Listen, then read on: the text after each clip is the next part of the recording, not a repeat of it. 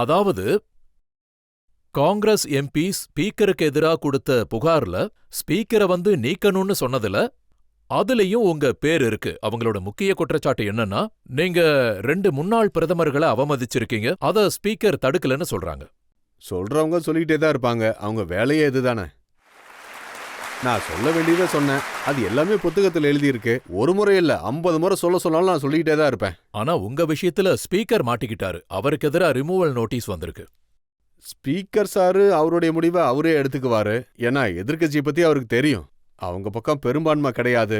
Speaker ஒன்னும் எதிர்க்கட்சிக்காரங்க கருணையில் இல்ல. என்டிஏ தான் அவருக்கு அந்த பதவியை கொடுத்துருக்கு. என்டிஏ பெரும்பான்மை இருக்கிற வரைக்கும் ஸ்பீக்கர் அங்க இருப்பாரு. அதனால காங்கிரஸ் இப்படி பேசுது.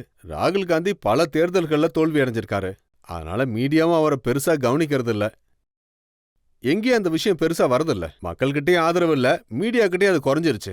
அதனால அவங்க புது புது குற்றச்சாட்டுகளை சுமத்திக்கிட்டே இருப்பாங்க. இப்ப நீங்க சொல்ற ஸ்பீக்கருக்கு எதிரான நடவடிக்கை மாதிரி சொல்லிக்கிட்டே இருப்பாங்க. மக்கள் ஓட்டு போடல, மீடியா பேசுறதில்ல, பார்லிமெண்ட்ல நீங்க பேச விடுறதில்ல.